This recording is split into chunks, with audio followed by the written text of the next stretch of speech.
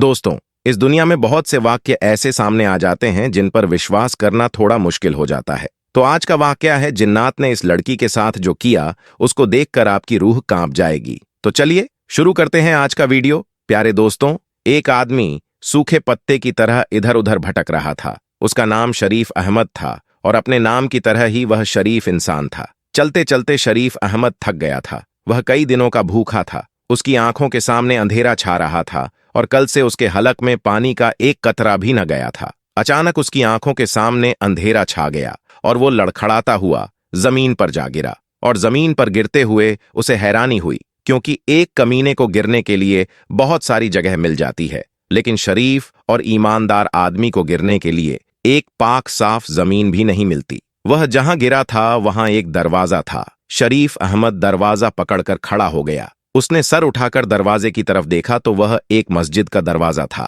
लेकिन उस दरवाजे पर एक बड़ा सा ताला लगा हुआ था। शरीफ अहमद की हालत बहुत बुरी थी। भूख की वजह से उसका बुरा हाल था और ऐसे वक्त में आदमी सिर्फ और सिर्फ रोटी के बारे में ही सोचता है। लेकिन वह सच्चा और शरीफ ईमानदार इंसान था, पक्का मुसलमान था। उसने मस्जिद के बंद दरवाजे को हैरत से देखा और सोचने लगा कि दरवाजा बंद क्यों है। जौहर की नमाज का वक्त हो रहा है, मगर नमाजी कहाँ है। इतने में किसी ने शरीफ अहमद के कंधे पर हाथ रखा और पूछा, कौन हो भाई, कहां से आए हो? तो शरीफ अहमद ने जवाब दिया, जी मैं तो अल्लाह का एक अजीज सा बंदा हूं। उस आदमी ने कहा कि हुलिये से तो तुम मौलवी मालूम पड़ते हो। शरीफ अहमद ने जवाब दिया, नमाज पढ़ना तो अल्लाह को याद करना ही है। मेरा नाम शरीफ अहमद है। तो उस आदमी ने कहा कि मेरा नाम खुदा बख्श है और यहां इस मस्जिद के पास वाले मकान में रहता हूं और इस गांव के पंचायत का सरपंच भी हूं। तो शरीफ अहमद ने पूछा कि भाई खुदा बख्श, ये मस्जिद बंद क्यों है? यहां नमाज क्यों नहीं हो रही? जौहर का वक्त हुआ जा रहा है। उसने कहा कि क्या पूछते हो मौलवी साहब, एक हफ्ते से मस्जिद बंद है और यहां जो मौलवी पहले नमाज पढ़ाया करता था उसकी एक हरकत की वजह से उसे यहां से निकाल दिया गया। उस आदमी ने पूछा कि क्या आप हमारी मस्जिद में नमाज पढ़ा दिया करेंगे? तो शरीफ अहमद बोला, हाँ जरूर, क्यों नहीं। आप मुझे बस एक गिलास पानी पिला दीजिए। जौहर का वक्त हुआ जा रहा है, मैं अजान देकर नमाज का ऐलान करता हूं। तो वो आदमी जिसका नाम खुदा बख्श था, उसने कहा कि आपके चेहरे से तो लग रहा है कि आपने कई दिनों से कुछ खाया नहीं है। पहले आप रोटी खा लीजिए, उसके बाद अजान दीजिएगा। शरीफ अहमद ने कहा, नमाज पढ़ने और पढ़ाने के लिए रोटी की नहीं, ईमान की जरूरत होती है। नमाज पढ़ने के बाद ही रोटी खा लूंगा। खुदा बख्श ने अपनी जेब से चाबी निकाली और मस्जिद का दरवाजा खोल दिया। दरवाजा खोलते ही शरीफ अहमद मस्जिद में दाखिल हो गया। इतनी देर में खुदा बख्श एक गिलास ठंडा पानी लेकर आया। शरीफ अहमद ने फर्श पर बैठकर पानी पिया और उसके बाद वजू किया। और जैसे ही अजान की आवाज गांव वालों ने सुनी तो गांव के कई मर्द नमाज पढ़ने के लिए मस्जिद की जानिब चल दिए। शरीफ की आवाज में एक सोज था। उसकी अजान गांव के हर शख्स के दिल में उतरती जा रही थी। अजान पूरी होने के बाद कई नमाजी मस्जिद के सहन में जमा हो चुके थे। सब लोग नए मौलवी की आमद से खुशी का इजहार कर रहे थे। गांव के लोगों ने यह बात खास तौर पर महसूस की कि नया मौलवी जवान है लेकिन बहुत कमजोर है, और जवान होने के बावजूद नए मौलवी की आंखों में शर्म है। नमाज पढ़ने के बाद खुदा बख्श अपने घर से खाना लेकर आया और शरीफ अहमद के सामने रखा। शरीफ अहमद ने सबसे खाना खाने के लिए पूछा, लेकिन सबने कहा कि हम अपने घर से खाना खाकर आए हैं। यह सुनकर शरीफ अहमद ने बिस्मिल्लाह पढ़कर खाना खाना शुरू किया। कई दिन बाद उसे खाना मिला था, तो लिहाजा हर निवाला उसके हलक में फंस रहा था। खुदा बख्श बोल के, मौलवी साहब, मस्जिद के साथ एक कमरा बना हुआ है, आप वहां रह सकते हैं। शरीफ अहमद ने कहा कि मैं मस्जिद में नमाज पढ़ाने के अलावा बच्चों को कुरान भी पढ़ाया करूंगा और उनको दुनियावी तालीम भी दूंगा। खुदा बख्श ने जवाब दिया, माशा अल्लाह, अल्लाह आपको इज्जा दे खुदा। बख्श के जाने के बाद शरीफ अहमद कमरे में गया और जैसे ही खिड़की खोली तो फौरन उसे बंद कर दिया, क्योंकि खिड़की से खुदा बख्श के घर का सहन साफ नजर आ रहा था। वहां एक जवान लड़की सहन में झाड़ू दे रही थी। अब जैसे ही शरीफ अहमद ने खिड़की खोली तो उसकी नजरें भी उस लड़की से जा टकराई गईं और लिहाजा घबराकर शरीफ अहमद ने खिड़की बंद कर दी। खिड़की बंद करके बिस्तर पर आकर बैठ गया। कुछ महीनों में ही शरीफ अहमद की सारे गांव में इज्जत होने लगी। लोग कहते हैं कि मौलवी जवान तो है, मगर नीयत में खोट नहीं है। पराई बहू बेटियों को जरा भी आंख उठाकर नहीं देखता और उस दिन के बाद शरीफ अहमद ने अपने कमरे की खिड़की दोबारा कभी नहीं खोली। वो सारी सारी रात गर्मी में गुजार देता मगर खिड़की ना खोलता। हर नमाज के बाद शरीफ अहमद अल्लाह से गिड़गिड़ाता कर दुआ मांगता कि अल्लाह मेरी नीयत में खोट नहीं है, लेकिन ये मजहर जवानी मेरा पीछा नहीं छोड़ता है। ये मुझे बार बार बहकाती है। जब तक मैं किसी शरीफ जादी से निकाह न कर लूं, तू मेरी हिफाजत फरमा, मुझे हर किस्म के गुनाह से बचा। रोते रोते शरीफ अहमद की दाढ़ी आंसुओं से तर हो जाती है। एक दिन असर की नमाज के बाद खुदा बख्श घबराया हुआ मस्जिद में आया। शरीफ अहमद मस्जिद में बैठा कुरान पाक की तिलावत कर रहा था। वो कहने लगा, बेटा जरा मेरे बेटे हंसू को आकर देखो, वह अजीब अजीब हरकतें करने लगा है। कभी वह अपना सिर दीवारों से टकराने लगता है तो कभी उसके मुंह से अजीबो गरीब आवाजें निकलती हैं। जल्दी चलो बेटा, मेरे बेटे को देख लो, उसकी मां बहुत परेशान है। शरीफ अहमद खुदा बख्श के साथ उसके घर की तरफ दौड़ पड़ा। जब कमरे में दाखिल हुआ तो उसने देखा कि 14 साल का एक लड़का चारपाई पर लेटा है। उस लड़के के हाथ पैर चारपाई के साथ बंधे हुए हैं। उसके सिरहाने उसकी मां बैठी हुई है और पास ही में वह लड़की खड़ी है जिसे शरीफ अहमद ने पहले दिन खिड़की से देखा था। शरीफ की नजर पड़ी तो उसने फौरन अपनी आंखें नीचे कर लीं और उसने कहा कि मुझे एक गिलास पानी लाकर दो। शरीफ अहमद को पानी का गिलास दे दिया गया। अब आप लोग दीवार के साथ खड़े हो जाइए और कोई भी मेरे काम में दखल नहीं देगा। इसके बाद शरीफ अहमद ने हंसू के हाथ और पैर खोल दिए और फिर कुरानी आयत की तिलावत शुरू की। शरीफ अहमद ने बुलंद आवाज में कुरान मजीद की तिलावत शुरू की। शरीफ अहमद इलाज कर ही रहा था कि हंसू के मुंह से एक अनजानी कड़क आवाज निकली। कौन है तू? क्यों मुझे तंग कर रहा है? शरीफ ने कहा, तू कौन है? इस मासूम बच्चे को क्यों तंग कर रहा है? जिन्न जोर से दहाड़ा और बोला, इस बच्चे ने, इसके दोस्तों ने मुझे बहुत परेशान किया है, मुझे जख्मी किया है। तो शरीफ बोला कि इस बच्चे ने तुम्हें तंग कैसे किया? तुम्हें कैसे जख्मी किया था? तो वो जिन्न ने बोला, कल जब मैं इस गांव से गुजर रहा था उस वक्त मैं एक जानवर के रूप में था, तो इसने और इसके शरारती दोस्तों ने मुझ पर पत्थर बरसाए। शरीफ अहमद बोला कि हाँ, यकीनन इन्होंने गलती तो की है, लेकिन इनकी गलती कि मैं तुमसे माफी मांगता हूं और यकीन दिलाता हूं कि आइंदा यह कभी किसी बेजुबान को तंग नहीं करेंगे। हंसू को सजा मिल चुकी है, मेहरबानी करके अब तुम इसे छोड़ दो, तुम्हें कसम है। बचा हुआ पानी उसके ऊपर डाल दिया। पानी डालते ही हंसू के मुंह से एक जोरदार चीख निकली और वह तड़पने लगा और कहने लगा कि हाय हाय, जालिम, मुझे मार डाला, जला डाला, यह अच्छा नहीं किया तूने। इसके बाद शरीफ हंसू की तरफ बढ़ा और कहा कि तुम अब कैसे हो? तो उसने कहा, मैं ठीक हूं। खुदा बख्श ने कहा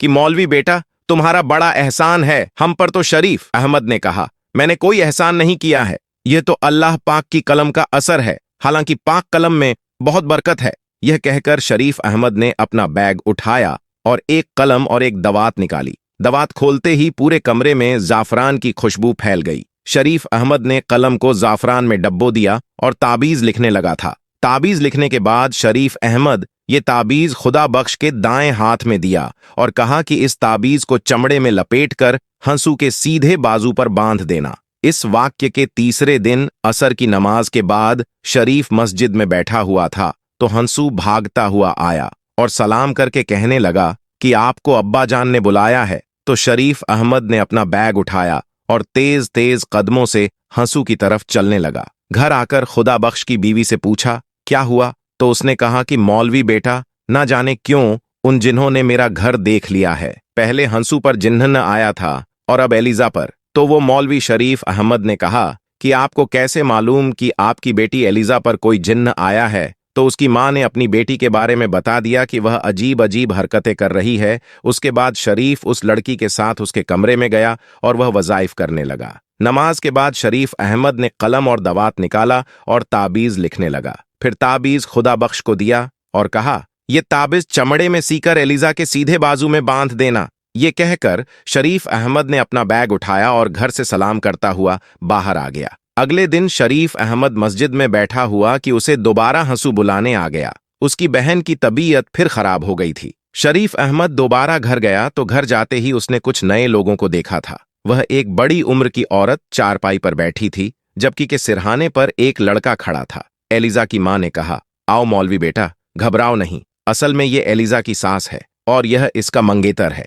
शरीफ अहमद ने कहा कि अल्लाह ताला के कलम की बरकत से वह जिन्नजादी यकीनन एलिजा का पीछा छोड़ देगी। कल मैंने जो ताबीज दिया था वह एलिजा की बाजू पर बांधा था या नहीं? तो उसकी मां ने कहा कि मौलवी बेटा, मैंने तो रात को ही उसके दाएं हाथ पर ताबीज बांध दिया था। लेकिन सुबह देखा तो वह ताबीज उसके बाजू पर नहीं था। एलिजा से भी पूछा, मगर उसे भी मालूम नहीं था कि रात के वक्त यह ताबीज कहाँ गया। इसके बाद शरीफ सबके साथ कमरे में चला गया और इलाज शुरू कर दिया और कुरान पाक की तिलावत और वजीफा पढ़ता रहा और उसे कहने लगा कि तू जिन्नजादी है, औरत है, इसलिए मैं शराफत से कह रहा हूं कि इसे छोड़ दे, इसकी शादी होने वाली है। अगर तूने इसे नहीं छोड़ा तो यह सुनकर वह बोली कि शादी वह भी इस लड़की की भूल जाओ, क्योंकि वह शख्स जो कि इस लड़की से शादी करेगा वह शादी की पहली रात ही दर्दनाक मौत से मारा जाएगा, और यह मेरा वादा है और यह पत्थर की लकीर है। उसकी बात सुनकर उसकी होने वाली सास और मंगेतर का रंग सफेद पड़ गया। इतने में एलिजा अचानक अपनी जगह से चलती हुई दीवार की जानिब बढ़ी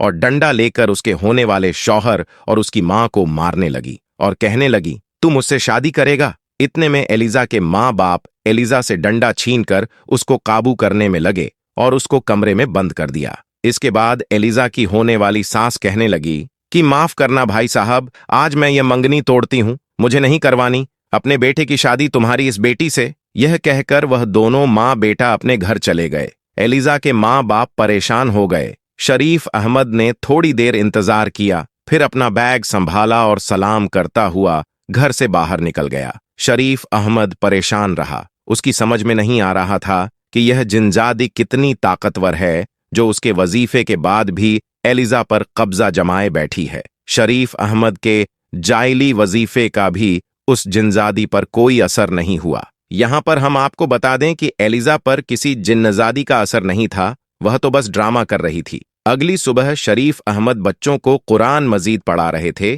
कि अचानक हंसू भागता हुआ आया और कहने लगा कि मौलवी साहिब जल्दी चलो, और उसकी बहन की तबीयत फिर खराब हो गई है। शरीफ अहमद जब उनके घर पहुंचा तो एलिजा की मां ने कहा कि बेटा, मेरी बेटी ठीक तो हो जाएगी ना, एक जिन्नजादी की उसका पीछा छोड़ेगी। शरीफ अहमद ने कहा कि आप फिक्र ना करें, ये जिन्नजादी जल्दी एलिजा का पीछा छोड़ देगी, अल्लाह तेरी जबान मुबारक करे। बेटा, मेरी बेटी तो पूरे गांव में बदनाम हो गई है और ऊपर से उसकी फूफी ने भी रिश्ता तोड़ दिया है। अब तू ही बता कौन करेगा मेरी बेटी से शादी? तो शरीफ अहमद बोले कि अम्मा फिक्र न करे, अल्लाह बेहतर जानता है, और यह रिश्ता खत्म हो गया तो क्या, अल्लाह इससे बेहतर रिश्ता भेजेगा। आप जाकर एलिजा के कमरे का दरवाजा खोले, आज मैं ऐसा वजीफा करूंगा कि वो जिन्जादी चीखती हुई बाहर आ जाएगी और मेरे साथ कमरे में कोई नहीं होगा। शायद शरीफ को उस पर शक हो गया था। अब क्योंकि शरीफ अहमद भी बड़ा नेक इंसान था और उस लड़की की हालत भी दिन ब दिन खराब होती जा रही थी,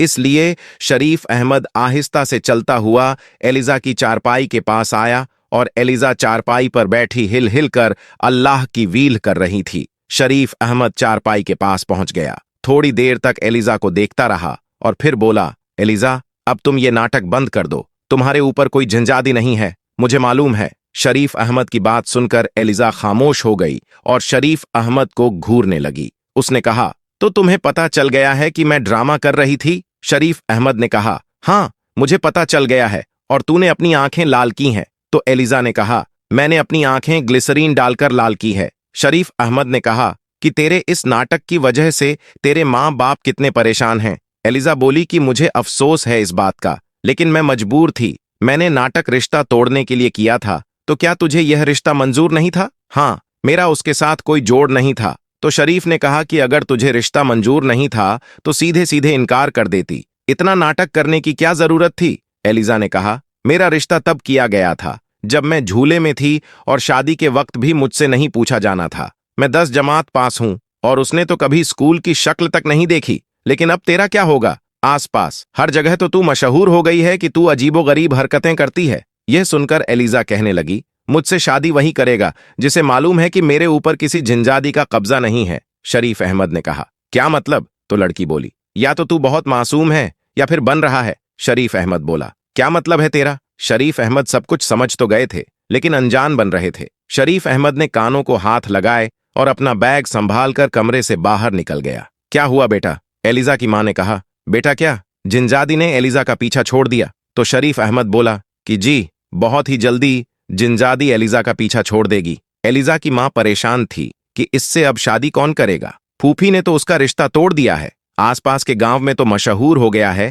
कि इस पर जिन्जादी है और दूल्हे को यह मार डालेगी। इतने में एलिजा की मां बोली, बेटा तुझे तो सब कुछ मालूम ही है ना, तो क्या तू करेगा मेरी बेटी से शादी? यह सुनकर शरीफ अहमद ने कहा कि मैं आपकी बिरादरी का नहीं हूं, कहीं ऐसा ना हो कि आपकी बिरादरी के लोग बुरा मान जाएं। लड़की की मां ने कहा कि इस मुश्किल वक्त में कौन सा मेरी बिरादरी मेरे काम आई, जो मैं बिरादरी का बुरा मानने के बारे में सोचो। शरीफ अहमद ने कहा, फलां गांव में मेरी खाला रहती है, मैं सवेरे जाकर उनको ले आऊंगा, आप उनसे मेरी शादी की बात कर लेना। शरीफ अहमद ने अपनी रजामंदी जाहिर करते हुए जवाब दिया था। तो दोस्तों, यह वीडियो आपको कैसा लगा? अगर पसंद आया हो तो लाइक जरूर करें और चैनल को सब्सक्राइब करना बिल्कुल ना भूलें। खुदा हाफिज।